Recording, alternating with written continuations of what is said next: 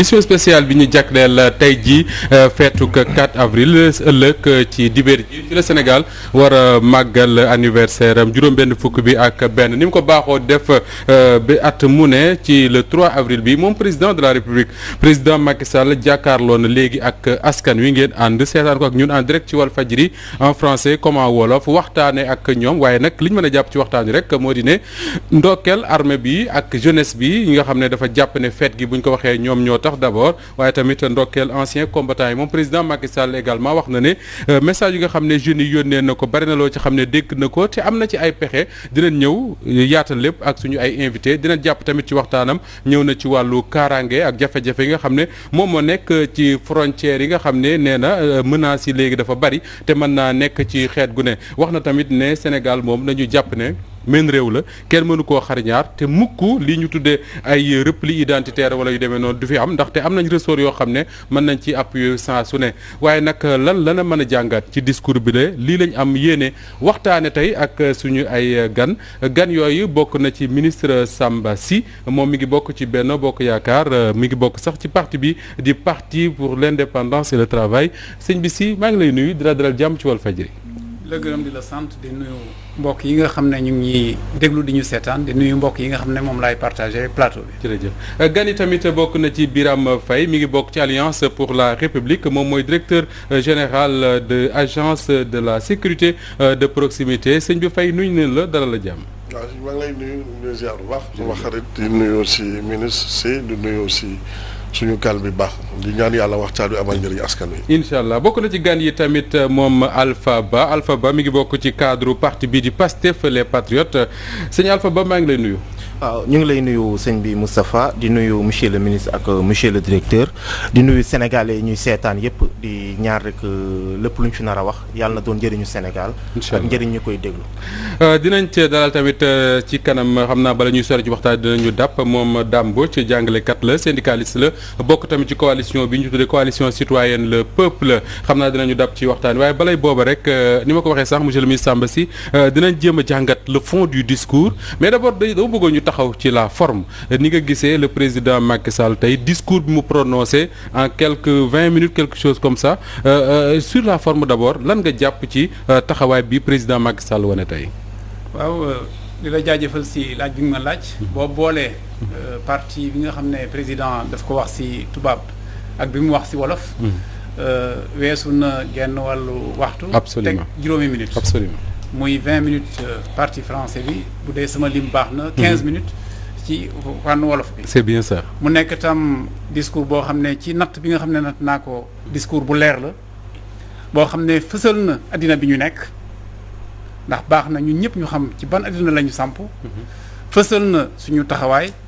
fësal na suñuy wareef wane na tam jublukaay bi. waxtaan bu gënee xóot nañ ci gën a xuus. absolument Birame Faye même laaj bi discours bi nga déglu généralement le président Macky Sall habitué wul Sénégalais ay discours yu gudd a gudd tey ni mu ko daan defee at yi ñu génn noonu la ko defee daan def sax 15 minutes 15-20 du ko romb le ministre wax na ko sànq teg na ci 15 minutes en wolof une demi-heure environ mu lem ko mu dem lan nga ci jàpp. ah bon pragmatisme rek. ndax dañu tàmmoon ay discours yu gudd.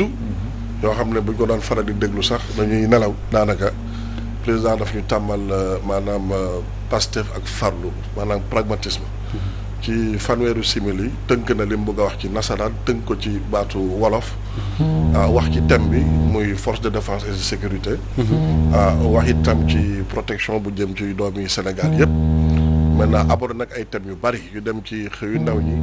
dem ci hydraulique dem ci wàllu unité dem ci wàllu cohésion dem ci wàllu grand projet ak ay réalisation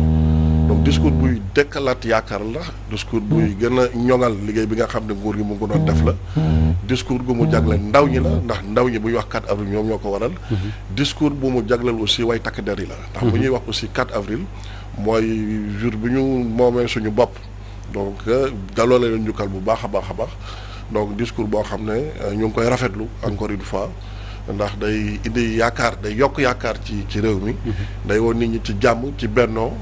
day woon nit ñi aussi ci liggéey surtout nag ndaw ñi li mu leen ci jagleel pàcc bu am solo la parce que 350 milliards la waxoon tey mu ngi wax 450 milliards bokkut ak yeneen programme yi nga xam ñu ngi fa woon ci PSE jeunesse bi bokkut ak yi mu war a def ci agriculture ak agrobusiness. Très bien. bokkut ak 45 pôles yi mu war a def ci ñeent fukk ak juróomi département Sénégal yëpp.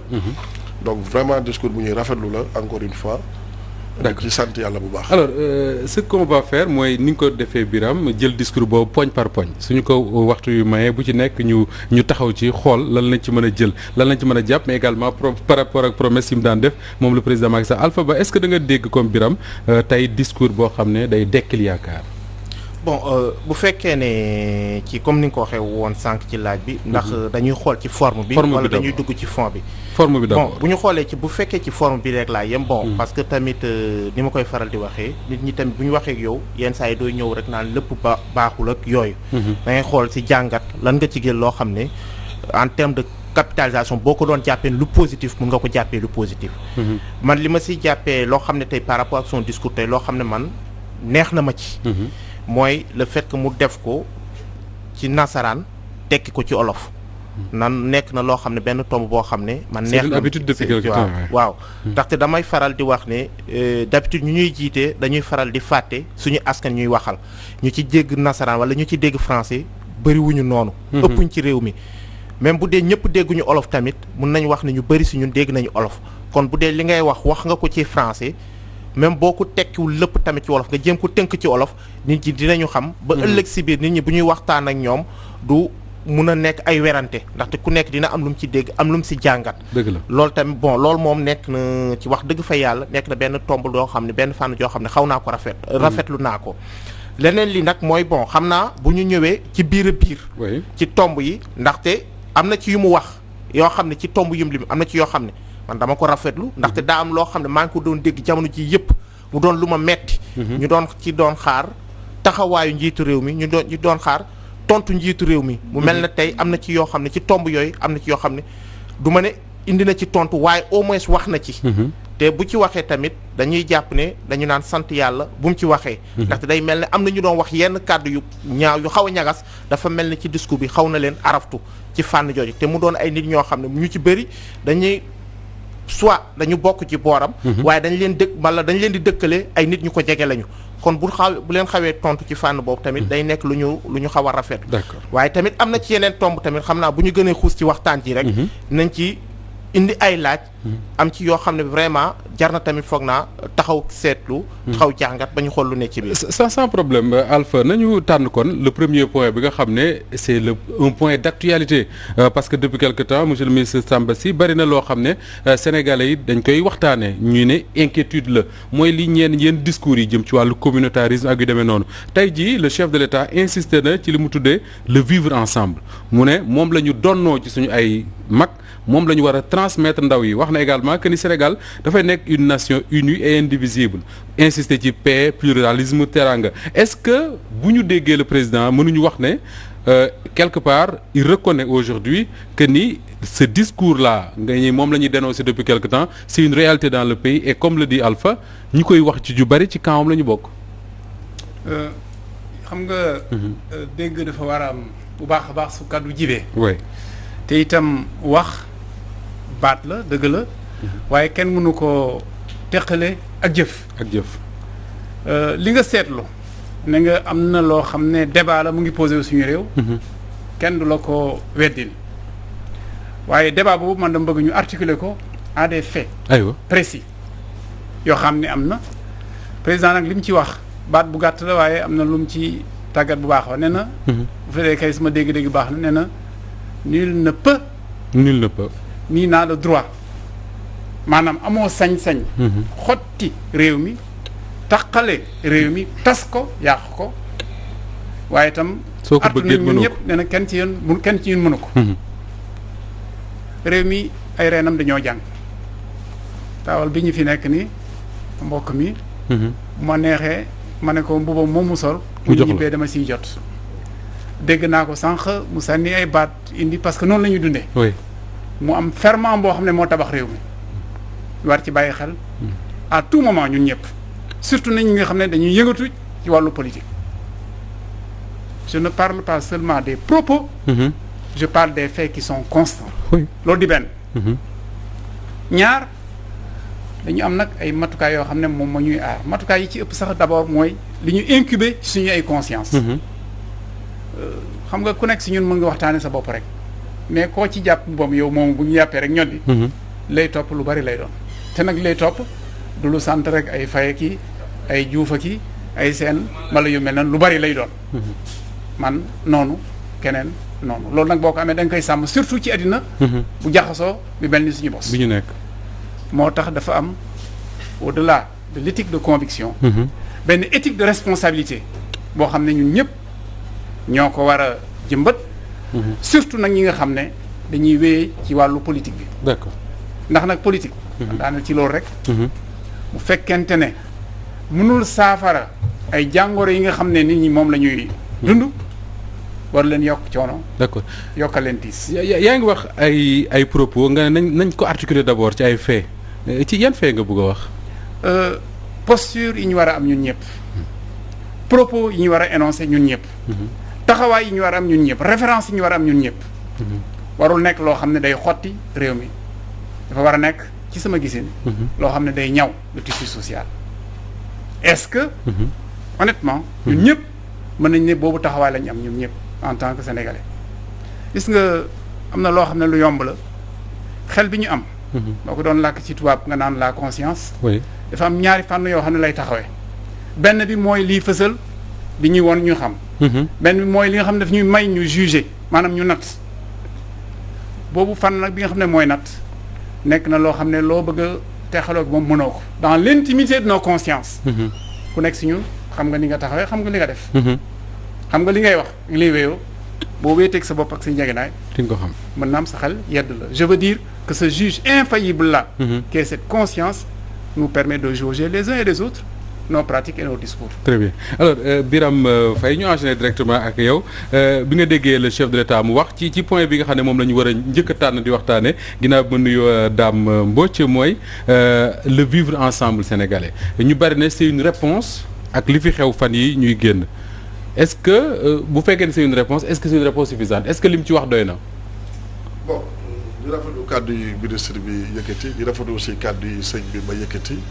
ndax dëgg la ci kuñ gi la bokk mais rafetlu nañ lu bari ci discours bi nga xam njiitu réew mi yëkkati na ko loolu aussi lu am solo la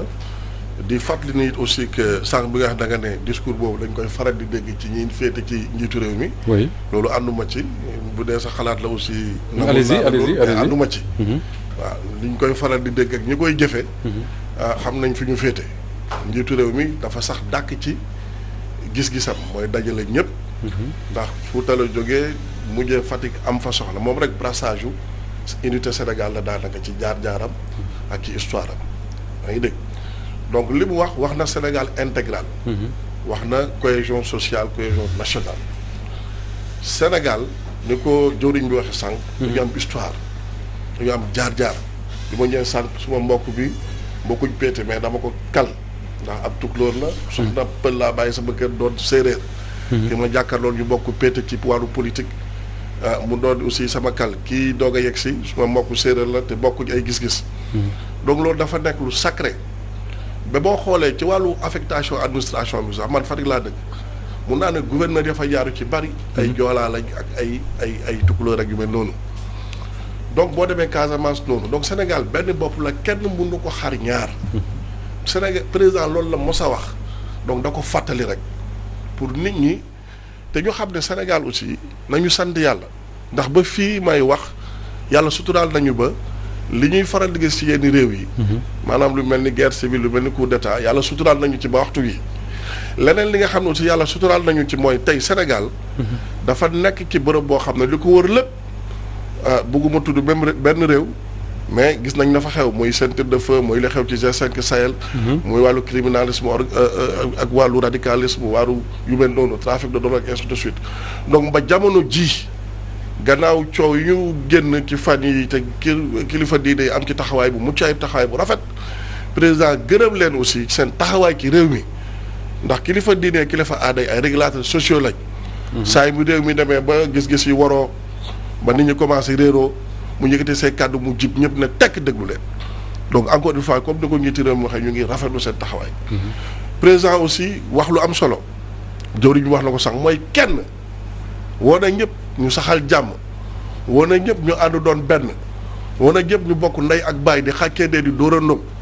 ndax Sénégal dañu am gis-gis mooy fii ak 2035 dañ bëgg Sénégal bokk ci réew yi naat mooy un pays émergent. bi mu ñeeg léegi yàlla suturaal na ko ba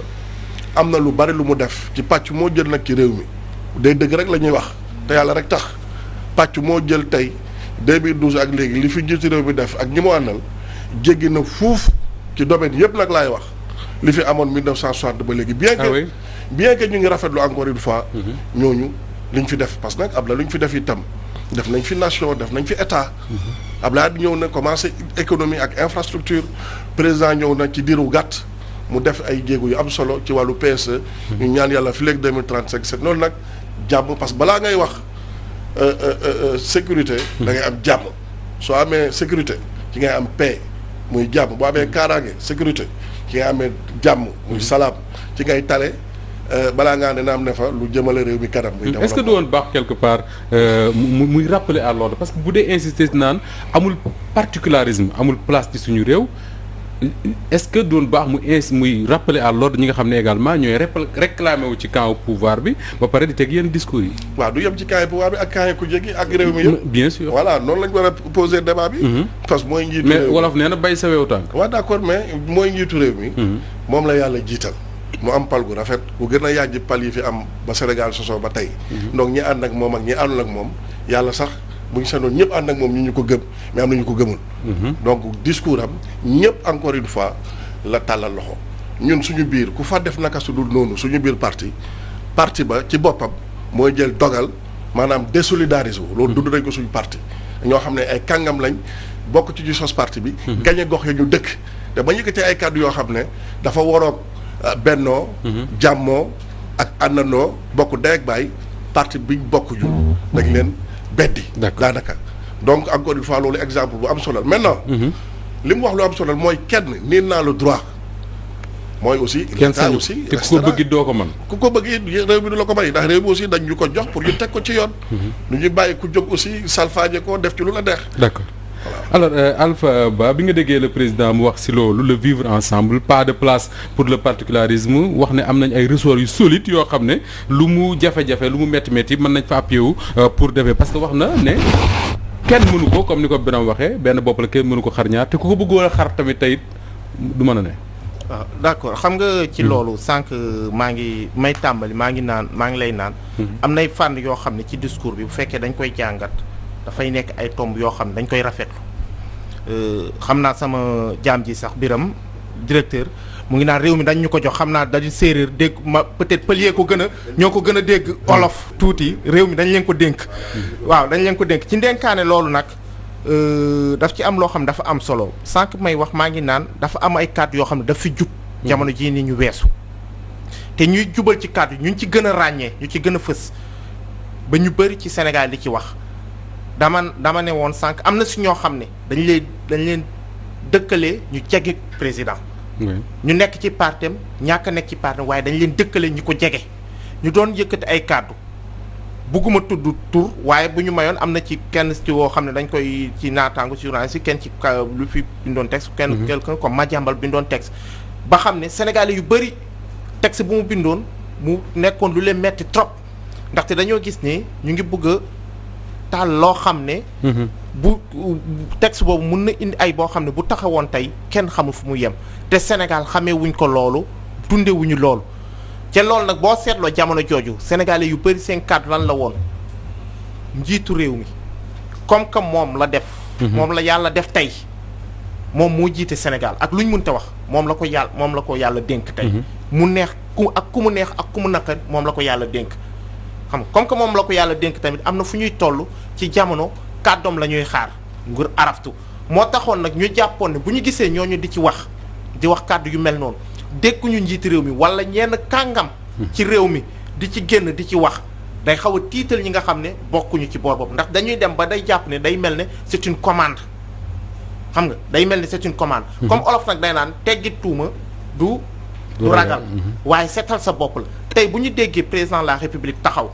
naan Sénégal dañ ci ñaan luy cohésion sociale te ñun ñuy sénégalais dama jàpp ne bépp sénégalais da nga ci war rafet danaan alhamdulilah ndaxte ñun ñëpp loolu la ñuy ñaan yàlla ndaxte ak lu ñuy xëccoo ak lu ñuy ñàkk bokk boor politique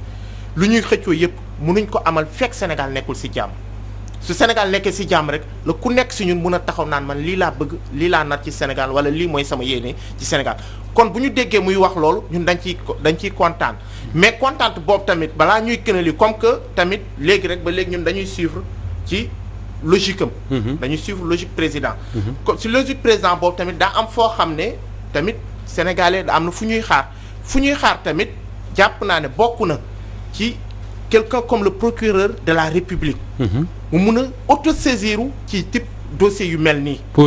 poser ay actes pour wane ne que état bi waxuma président de la République mais l'état du Sénégal en tant que tel comme ni ko monsieur le ministre waxee nul n'a le droit et nul ne peut que état du Sénégal ne permet pas et ne donne le droit à qui que ce soit muy jéem a wax wala di jëfe lépp loo xam ne mun na indi ay jiixi jaaxa ci réew mi wala indi fi ay jafe-jafe loolu vraiment ñu ngi ci ñaan procureur de la République mu jéem a autosaisir parce que tamit mbir mi dafa doy waar parce que dafa nekk ay kàddu yoo xam ne sincèrement ñaanuñu ko yàlla ñaanaluñu ko benn réew ci àdduna bi rawatina réewu Sénégal ndaxte ñun ñi ñëpp toog fii ku nekk ci ñun amoo fenn fudul Sénégal bu neexee Sénégal la ñuy toog bu mettee Sénégal la ñuy toog comme que nag Sénégal boobu moom la ñu yàlla tànnal lu ñu ci suñu wareef rek mooy ñun ñëpp ak foo munte féete ak boor boo munte féete mun nañu bañ a bokk gis-gis mun nañu bañ a bokk